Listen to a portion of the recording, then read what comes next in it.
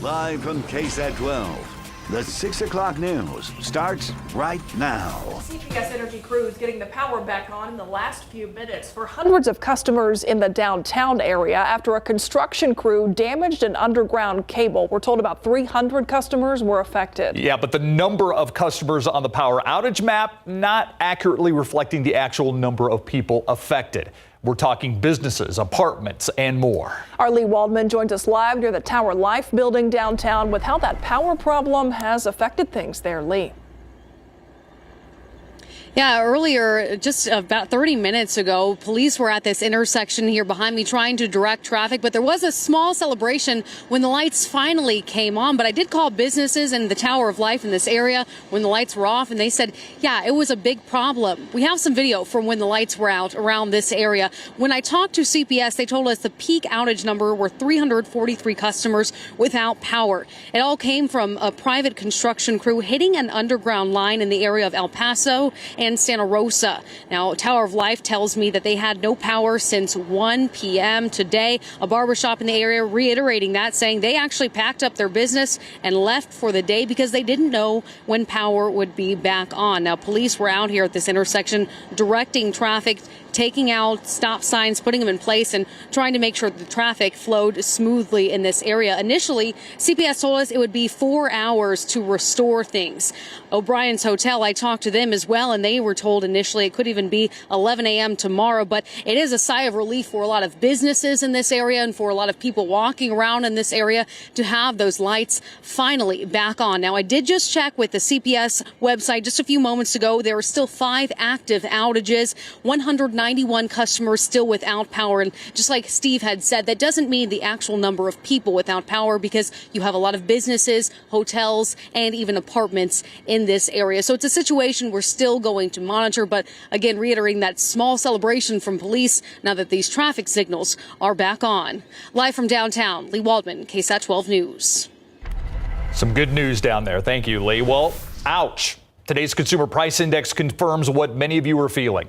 The Consumer Price Index last month went up 6.2%, the largest increase in 30 years. If you have filled up your gas tank lately, bought groceries, you know that all too well. Economists blame soaring energy prices and that seemingly endless backlog in the supply chain. Our Jesse DeGollado tells us that some small business owners are feeling it as well, and some more so than others. Pretty dang bright. Bicycle lights are among the few items Clay Williams still has in stock. Other than bikes that went up in price, almost everything else, he says, is on back order or unavailable, caught in a tangled supply chain. And you have nothing to sell? What are you going to do? Having to close the shop sometime next month, he says, was the most difficult decision he'd made since opening the shop 8 years ago. We tried to hang in there and hoping things would turn around, but they just never did. A former claims adjuster, Williams had poured more than money into his small bike shop, which is why he had tears in his eyes, thinking of what could have been. I wanted to be an old man running a bike shop. Hairstylist Terry Rakoff, turned business owner 6.5 years ago, hung on by delivering hair color and offering discount gift cards. But even then, it was very frustrating, but I do well under pressure. Since most of her products come from Europe, she didn't have supply chain issues. Still, Rakoff blames inflation for the 5% increase in some of her prices. You always have the thought and fear, like, if I change my price, am I going to lose my client? Each had a different experience, with a bit of advice for other business owners. Do what I did, put your heart into it. I was very successful for a long time. Connect with people that help small businesses. Rakoff says she did when she needed help. An expert who also says there's no shame in a business owner giving up their dreams. Take care of yourself. There will be more business opportunities down the road. Jesse DeGollado, KSAT 12 News. Powerful testimony today from San Antonio Police Chief William McManus, who said there is no place in his department for an officer that he fired. Lee Beagert directed a racist and sexist tirade at a funeral home director and is now trying to become the latest SAPD officer to win his job back through arbitration. Dylan Collier on why McManus believes that would be problematic for the community. Day 2 of arbitration for fired San Antonio police officer Lee Beagert began with close to 2 hours of testimony from his former boss. Chief William McManus called Beagert's barrage of foul words, which was aimed at a funeral home director during a tense 2-minute call recorded in October 2020, an unprovoked verbal assault he hadn't heard in all his years. I was angry about that then, and I'm angry about it now. McManus said Beagert has no business returning to a force that serves a predominantly Hispanic community, and that the officer's excuse that he lashed out while grieving the loss of his father is no justification at all for what he did. Not to be disrespectful to Beagert's loss, but I lost my father too. I lost my mother, and I didn't run around calling anyone a or a Mexican because of it. Called to the stand for the second day in a row, Beagert said McManus's handling of his case felt political. As far as arbitration hearings go, this one flew by, but it will now likely be several months before the Houston-based arbitrator decides whether or not to reinstate Beagert. Reporting downtown, Dylan Collier, KSAT 12 News. For years, San Antonio International Airport has faced a host of criticisms, whether over its smaller size, its lack of direct flight options, or just overall being underwhelming for a major city. Well, now City Council is considering a plan to turn it into what they call a world-class facility. City Hall reporter Garrett Berger takes us through the key points. An updated airport master plan is required every 10 years, but city staff are viewing this as more than just a formality. They're hanging a lot on this plan and hoping it provides a vision for updating the airport up to 2040 and making the most of the airport the city has. An advisory committee had been formed back in 2018 to look at the future of the San Antonio International Airport, even considering the possibility of a regional airport between here and Austin. However, they decided on keeping it where it is, and the committee's endorsing this new development plan, which uses the airport's existing footprint. Key parts include a unified terminal complex, including a new third terminal and a reconstructed Terminal A. It also calls for extending the airport's largest runway out to 10,000 feet, opening up more possibilities for longer international flights. It's a plan, it's a visioning document to ensure that we prepare the airport for the future so that we can have a guidebook that's going to provide the way and the path forward to build everything necessary to have the airport of the future. The plan isn't cheap, about $2.5 billion in all, but city staff say airport revenues will pay for the development, not your local tax dollars. And the new infrastructure bill provides some big funding possibilities on the federal side as well. Council members are scheduled to vote on whether to adopt this development plan at their meeting next week. I'm Garrett Berger, KSAT 12 News. An estimated $70,000 in damages from a late-night house fire on the city's west side. Firefighters called to the 1100 block of Highland Oaks a little after 11:30. Crews there say that flames were coming from the roof when they arrived, but they managed to knock that fire down in fairly short order, but not before some extensive damage was done. Everyone was able to make it out safely, though. Firefighters say a grease fire had gotten out of control and spread to the rest of the house. New at 6, with children ages 5 and older getting the Pfizer vaccine. A San Antonio mother says her kids received the shot in August thanks to a Moderna COVID vaccine trial. Tiffany Huerta spoke with her about how her children are doing today and has a message to parents thinking of getting their kids vaccinated. I jumped at the opportunity to be able to, potentially get my kids vaccinated right around the time school was starting. Melissa Holscher says her 8-year-old twins and 10-year-old daughter participated in Moderna's COVID vaccine study called Kid Cove. The clinic that we went to is actually out in Port Lavaca. Her children received their first shot at the end of August and their second shot 4 weeks later. The first shot, the girls got big red spots on their arms that were warm to the touch and were sore, but no fevers. They never really felt ill or even tired at all. As part of the study, Melissa had to monitor her kids' symptoms and fill out health forms every day. Before they ate breakfast, we would take their temperature and document that as part of one of the surveys that we had to do. Months later, Melissa says her kids are doing fine. And for those thinking of getting their kids vaccinated, if you're hesitant, talk to your doctor. But, for my kids, I know the side effects were way less than for my husband and my parents when they got the shot. Tiffany Huertas, KSAT 12 News. Take a look outside with live cam this evening. 76 degrees out there, little more humidity, but all in all, we're in a nice stretch. And we're waiting for a double dose of cold fronts. Is that right? Yes, it looks like 2 cold fronts headed our way. The first one's going to make it here early tomorrow morning, shortly before sunrise. And the biggest change will be morning temperatures. That's going to be the biggest drop off. Right now we're at 76. Well above average for this time of year, even a bit humid with that dew point of 61. You look at the readings right now, for the most part in the 70s. Pleasanton hanging on to 80, Castroville right now at 79 degrees, and a quiet evening. Bit of humidity in the air. Temperatures gradually dropping through the 70s, then the 60s. We'll talk more about those cold fronts in just a bit.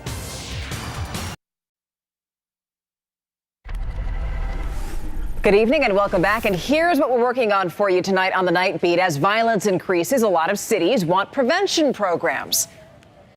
Because I think a lot of people think that when we talk about stop violence, we talk about taking away guns. That's not what we're saying. So tonight on the Night Beat, we're going to take a look at one program's success and how it's serving as an example for other cities that are fighting crime. Also, new details about the deadly Astroworld surge, what we're learning about the festival's security plan, and all the finger pointing that's going around. We're going to have that and so much more tonight for you on the Night Beat. We'll see you then.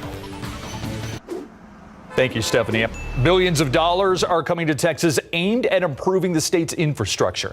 It's part of a massive bipartisan bill that President Biden will sign early next week. Our Samuel King joins us now. And Samuel, it's not just roads and bridges here. Yeah, it's a lot of stuff. Billions for transit, funding for electric vehicles and airports. In total, more than $30 billion coming to Texas alone.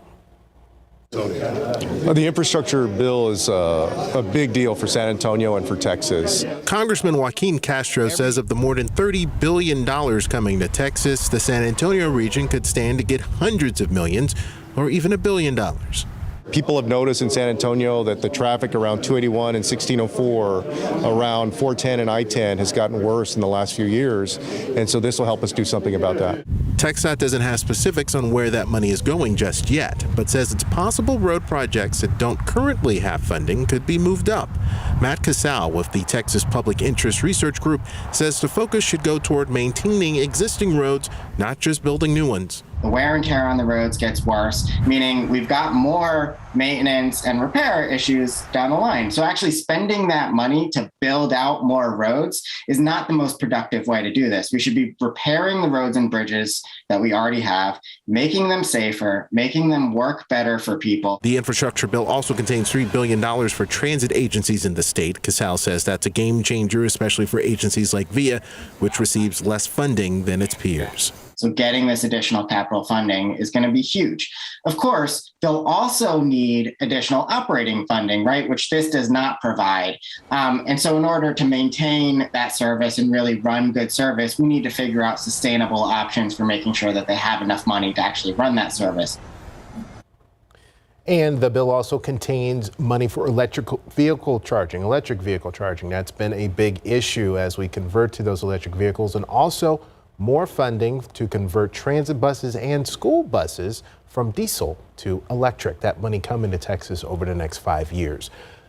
Now for traffic and some big delays on the northeast side. This is I-35 at Loop 410. Traffic crawling there this evening, as you can see here, heading northbound there on 35. So we take a look at the travel time, and I've looked a few times to make sure this is not an error, but I don't believe it is. It's more than an hour if you're coming out of New Braunfels to Loop 410. A lot of slowdowns there on 35, and even heading northbound, 42 minutes between Loop 410 and New Braunfels. This isn't even downtown. This is just to Loop 410 coming out of New Braunfels. So if you know someone coming out, that's probably why they're delayed. Some major traffic there on the northeast side this evening. A lot of this on the map. It's not Christmas yet, but it's lit up like a Christmas tree. As you can see, reported crashes. Some of them have cleared, including this one we were watching on the west side during the news at 5.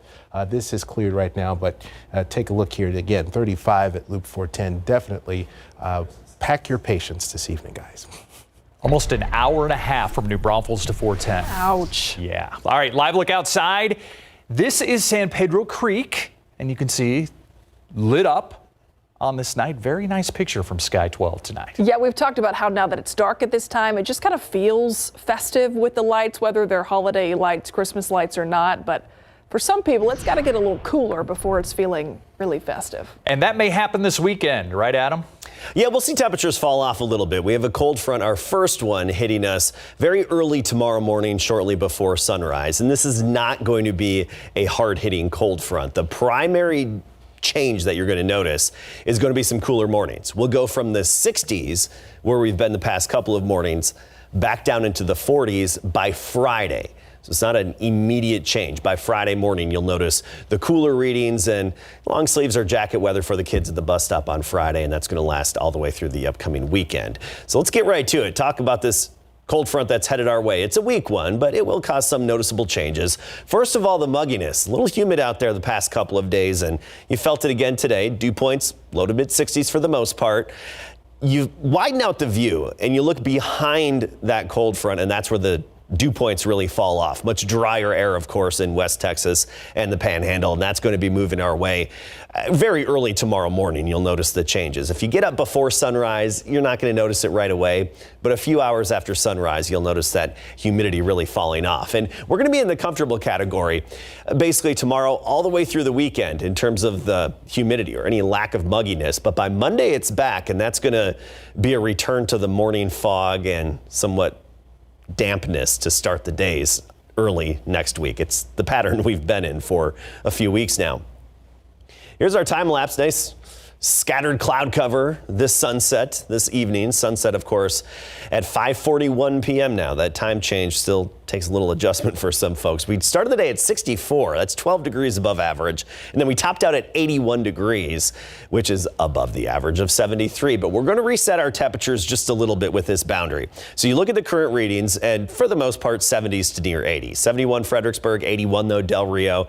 75 in Gonzales, 76 here in San Antonio, and Hondo 75. By tomorrow morning, no big changes for most of us.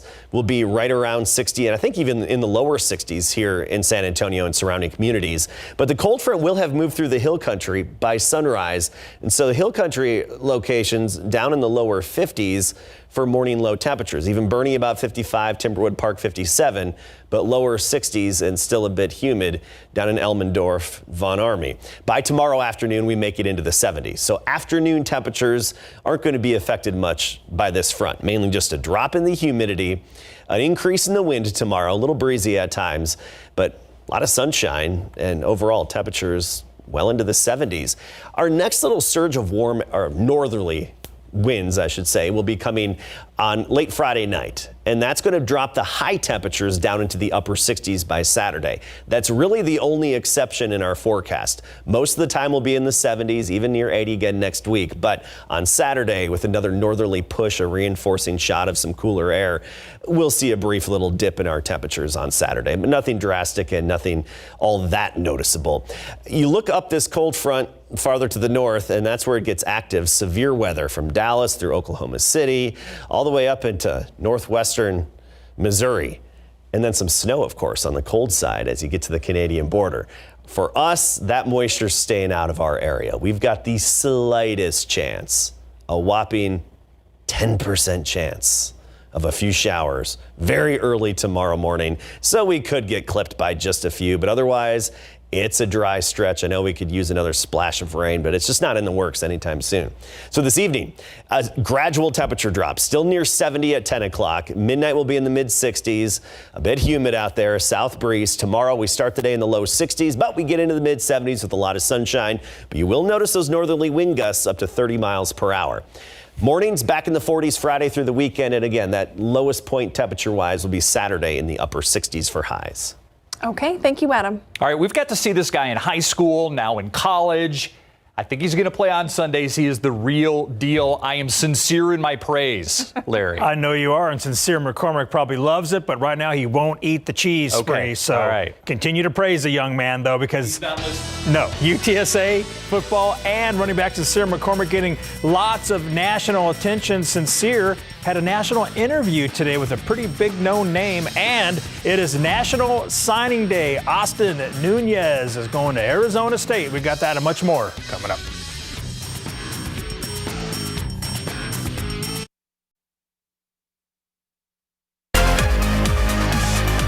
The Spurs will look to get back in the win column tonight when they face the Sacramento Kings. Now Sunday at OKC, Derek White, who's averaging 12.3 points per game this season, went scoreless, missing all 10 of his shots. Keldon Johnson isn't worried about White's off night at all. Derek White.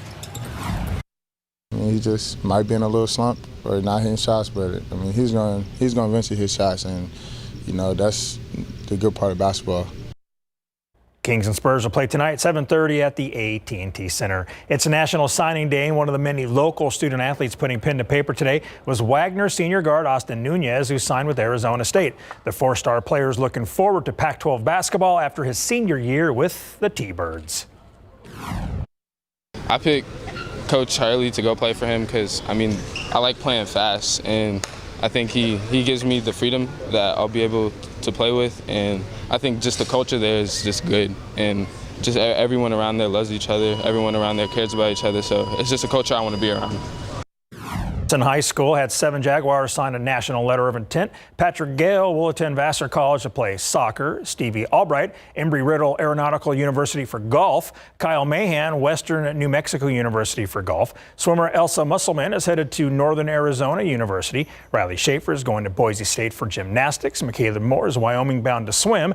And Kendall Dow is headed to Lubbock Christian for basketball. Take you to Sachs, where 4 student athletes were all smiles this day. Charlize Hemby will attend Baylor and join the national championship acro tumbling team.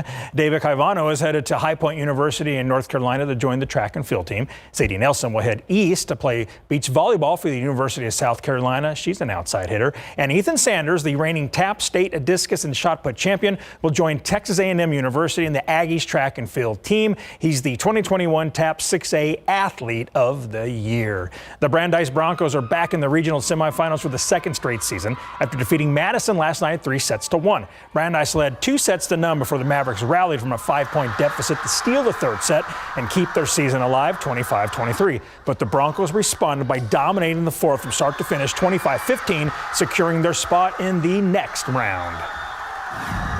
It was great. Honestly, it was great. I'm proud of us. We started off strong, which helped us lead to the win. We've had a lot of confidence, and it's helped us get this far. We knew they were going to be a tough team to play, especially, like that saying all the time, it's really hard to beat a team 3 times. Like, people had been talking about it all week, and we knew that, we're on a mission, and they were in our way, and we had to take them out.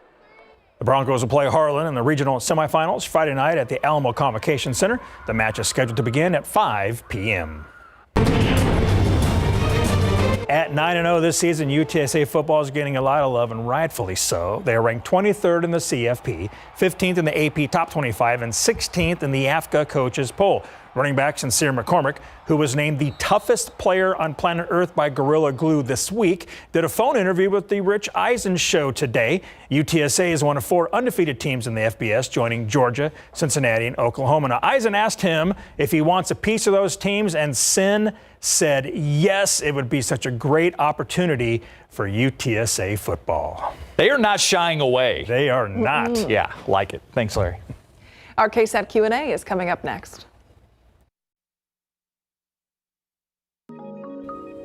It's time for our KSAT Q&A, and he joins us most Wednesdays, and we are very thankful for that. It's San Antonio Mayor Ron Nirenberg, and we have seen some ugly incidents in San Antonio over recent weeks with some anti-Semitic flyers that have put out, a business owner putting some anti-Semitic messages out on his side of his wall. We've seen a group in town. There was a unity event last night that was attended by hundreds. I mean, it looked to me like the room was full. Mayor, you were one of them there. Your message last night was San Antonio is no place for this hate.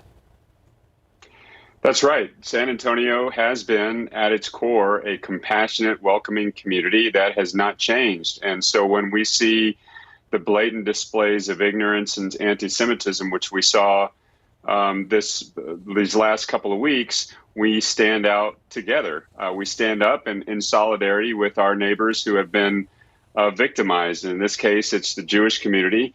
And we have to remember that, the acts of ignorance and in some cases indifference are ultimately which is what led to the Holocaust not very long ago in the modern industrialized world. So it's very important for communities to stand in solidarity against hate, and that's exactly what we saw yesterday.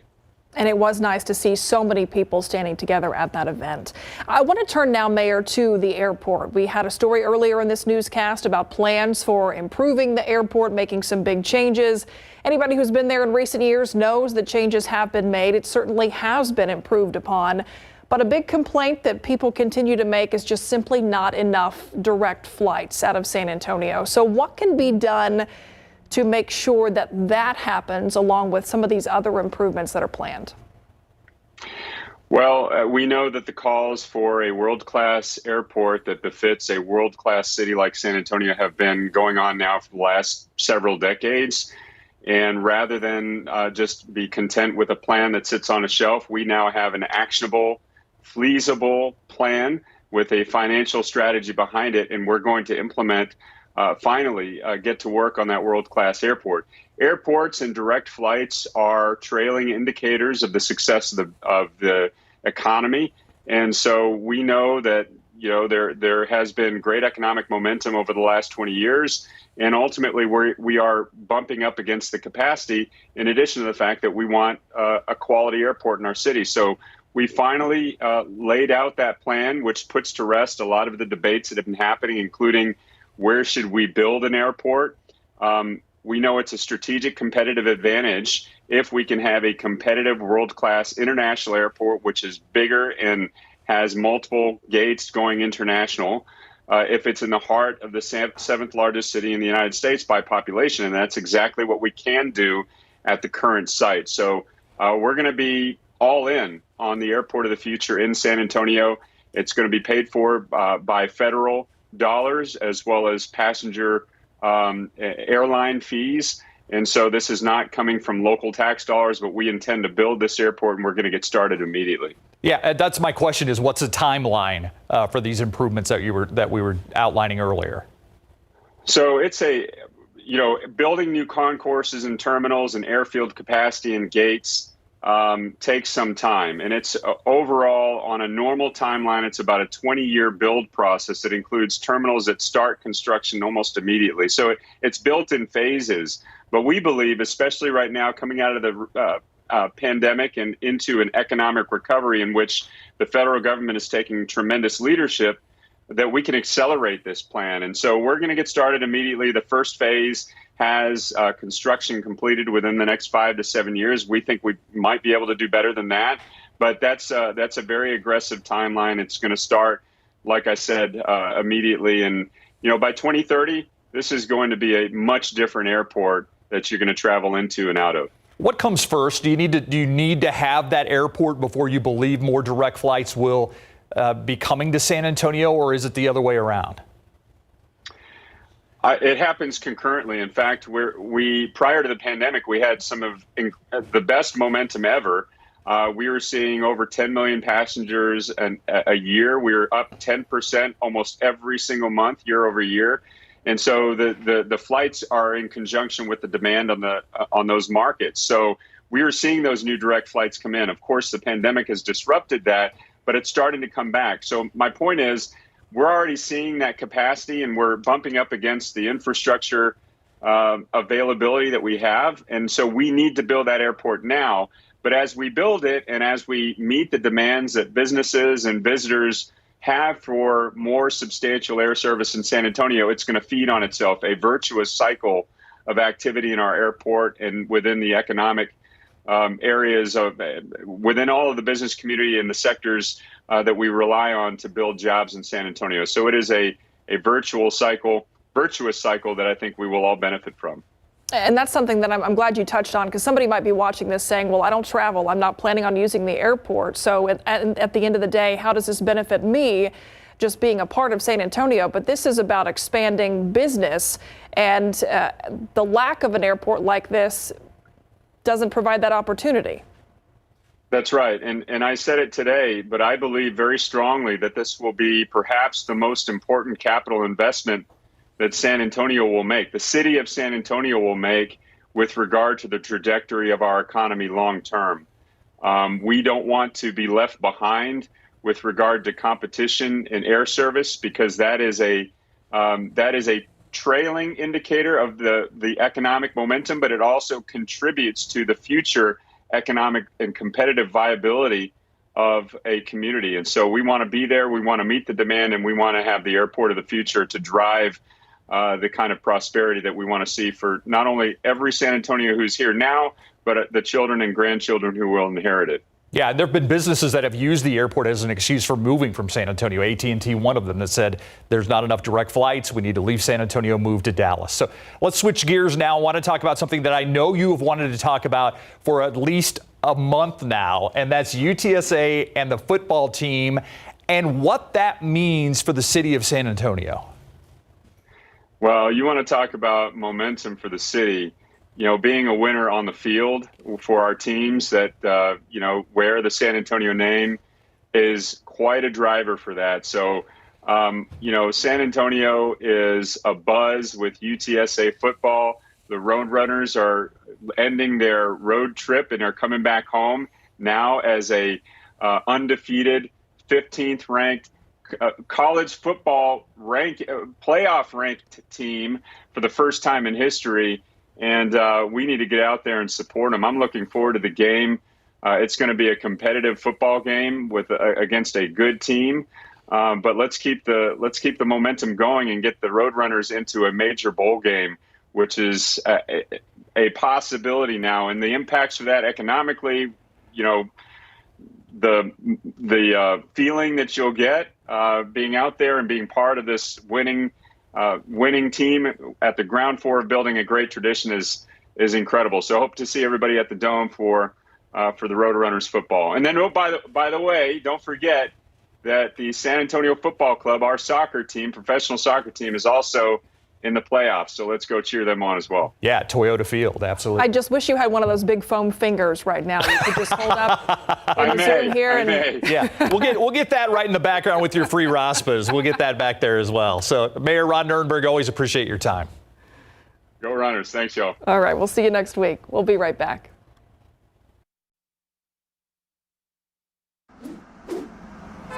Welcome back, everybody. Just some quick construction reminders. Again, we have these projects on Loop 410 on the west side. Mainline closures, including between Military and Marbach. That kicks off in a little more than an hour. Also, one more night of this closure, at least Loop 1604 eastbound at I-10. That begins at 9 o'clock. The ramp will also be closed there. Let's take a look at some conditions tonight because we still have some busy traffic on the roads. Getting a lot better on 35 southbound, down to 63 minutes, so just more than an hour. If you remember, it was more than an hour and a half in the 6 o'clock half hour, 38 minutes northbound, so still some delays, so watch out for that. We also have this crash downtown. This is 35 southbound at Cesar Chavez, so watch out for that this evening, guys. All right, thanks, Sam. Look outside with live cam right now. I still see some clouds out there, but Adam's talking about a cold front. Couple of them. Yeah, we're all paying attention to that. Yeah, Adam. Yeah, and the key here is these aren't really hard-hitting fronts, but they will cause some noticeable changes first thing tomorrow morning. Right now we're 76. Dew point's at 61, so we've got that mugginess in the air. The hint of humidity is definitely noticeable. We'll be falling down through the 70s, then the 60s. So by early tomorrow morning, we start the day at 62. Still above average, but that cold front's going to change those morning temperatures soon. We'll talk about some other changes you can expect coming right up.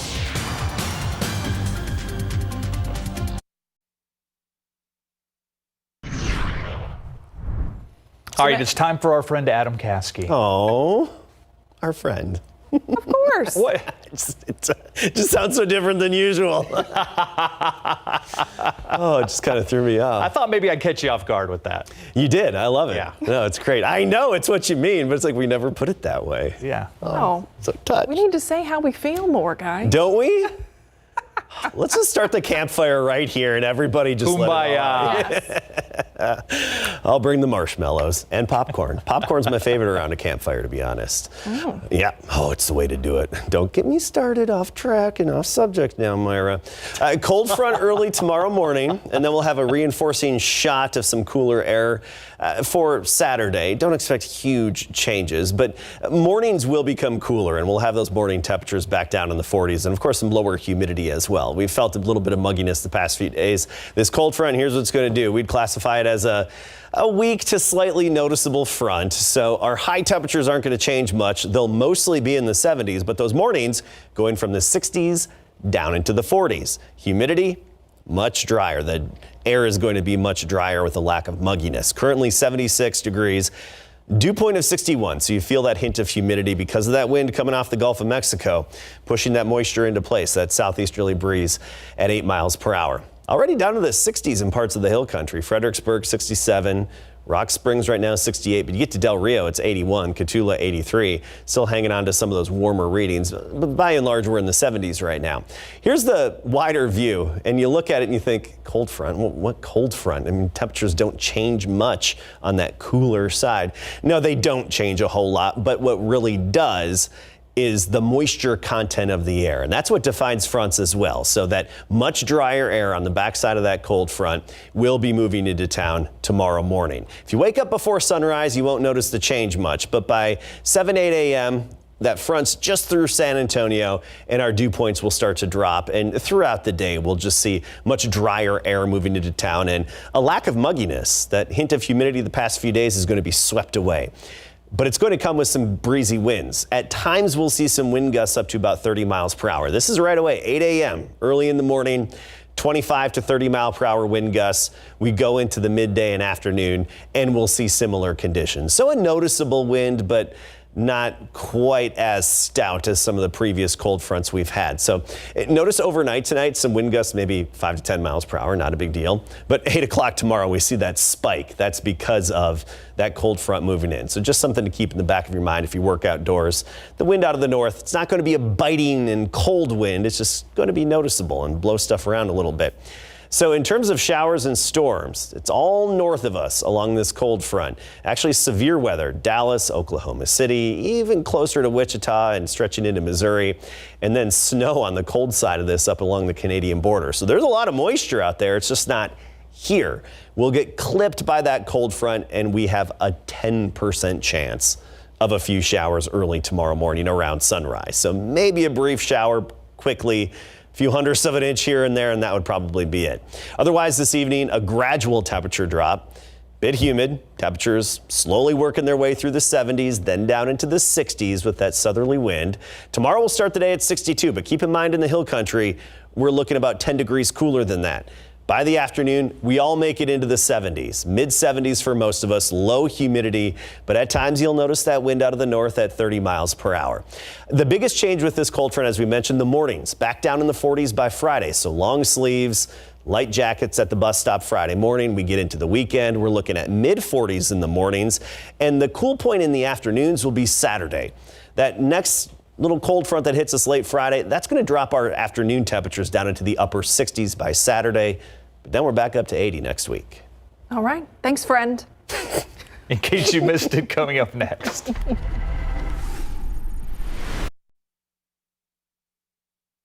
Here's today's In Case You Missed It. Good afternoon. The White House says about 900,000 children ages 5 to 11 have now received their first dose of Pfizer's COVID-19 vaccine since U.S. regulators cleared those shots. And right now, Max Massey is joining us live from the mass vaccination at the Alamodome. So this is just about ready to get underway. Take a look behind me. The clipboards are out. The volunteers are getting ready. Set to start at noon, so we're just a few moments away. But we've been here all morning long. Take a look right behind us. Dozens and dozens of vehicles. We have parents, grandparents, lots of kids in the back seats ready to get their first shot. Some downtown CPS Energy customers experiencing outages right now. We're told about 300 customers. Now, those are individual customers, not the total number of people that are impacted. According to CPS Energy, a private construction company working near El Paso and Santa Rosa streets when they damaged an underground cable. Emotions ran high for family members of 4-year-old Cash Briones during sentencing of Michael Cruz Arroyo, who was found guilty in the beating death of the young boy in 2018. Cash's lifeless body was found laying on a motel bed next to Arroyo, who investigators say was passed out drunk. We have so much planned today, and the experiment is already underway. So we are with two 5th grade classes, Miss Weesty's class, Miss Via's class here at Carvajal Elementary in SAISD. Yes. How about that, huh? Good job. That is an actual waffle. That does look good, doesn't it?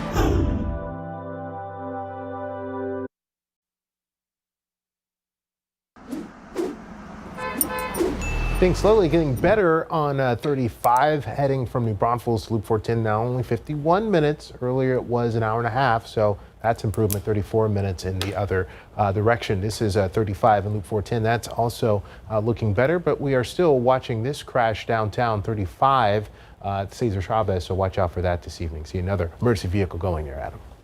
All right, early tomorrow morning, that weak cold front hits. It'll kick up the wind a little bit, drop the humidity, but temperatures tomorrow are still going to make it well into the 70s with a lot of sunshine. Get into Friday in the morning, back down into the 40s. We'll experience a string of mornings, about 3 of them in a row, where temperatures will be in the 40s, and that's going to be the biggest change from these fronts. Hey, Sam, I don't want to leave you out. You know, we called Adam our friend earlier. You're also our friend. I just wanted to let you know.